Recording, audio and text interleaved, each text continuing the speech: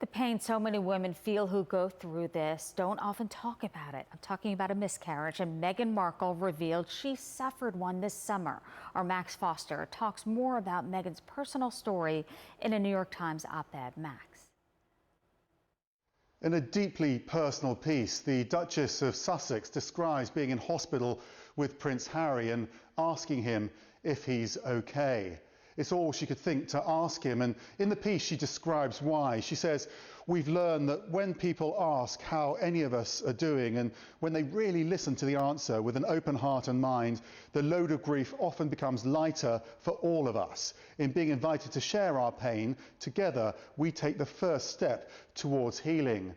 In the context of miscarriage, the Duchess says this is often a taboo subject. It's seen as shameful, and too many people are mourning on their own. So she's writing this article to make that a conversation, asking people, are they okay, when they may have suffered from a miscarriage. But she also broadens it out to a much bigger 2020 debate. She talks about Black Lives Matter. She talks about the pandemic. She talks about campaigns of misinformation, which have left people feeling solitary and often lonely. Max Foster, CNN, Berkshire, England. Max, thank you. Here is more from that article in the New York Times. Meghan saying this: "I knew as I clutched my firstborn child that I was losing my second." With me, psychiatrist Dr. Angela Arnold. And Dr. Arnold, I'm grateful to Meghan Markle, as are so many on social media, who say they don't feel alone. And that is key to healing, so women don't think they're alone and also don't blame themselves, which can be part of the anxiety of loss. Good morning. Good morning, Susan. Yes, miscarriage is a very common thing that happens to women during their childbearing years. But so often women are so ashamed that they've had a miscarriage because they feel like they did something to cause the miscarriage, and nothing could be further from the truth. There's nothing that you can do that would cause or prevent a miscarriage from happening if it's going to happen. We're looking at some of the ways that you said that we can cope. Of course, you say it's not the fault of the mom, no right or wrong way to feel. Allow yourself to grieve too, which is key. Yes. Mm-hmm.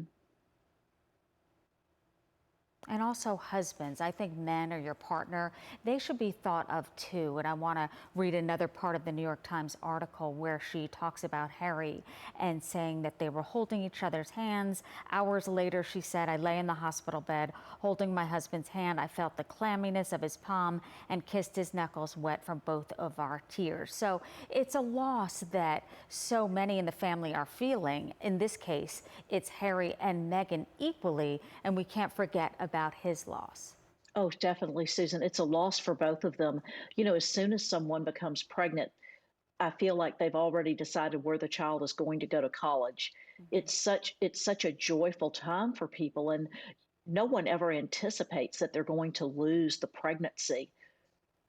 And I do want to read a tweet. Yes, ma'am. Sorry to interrupt here, because people are connecting on social media, and this is from Gemma saying, "I had a miscarriage. It was my first pregnancy." She goes on to say, "I was 13 weeks. It was awful. The grief was immense. I still think about the baby. I don't know why it's so hard to write." If more people feel able to talk about their losses, then Meghan Markle has done a great thing. Very sad news. So I think Gemma, in what she's saying, so many others feel the same, that, okay, I can now talk about it.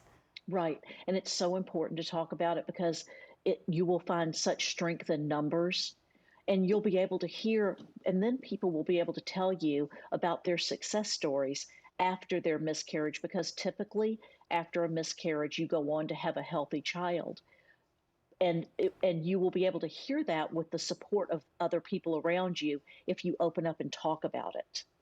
And I felt like Harry was supporting Meghan as well, really encouraging her to write this New York Times article, saying that you will help others and telling their family members first and then going through this. And the support has been immense online. And I think that is key, that there's no right way to grieve. And your final word, doctor, on just for those suffering, maybe right now, just gone through one.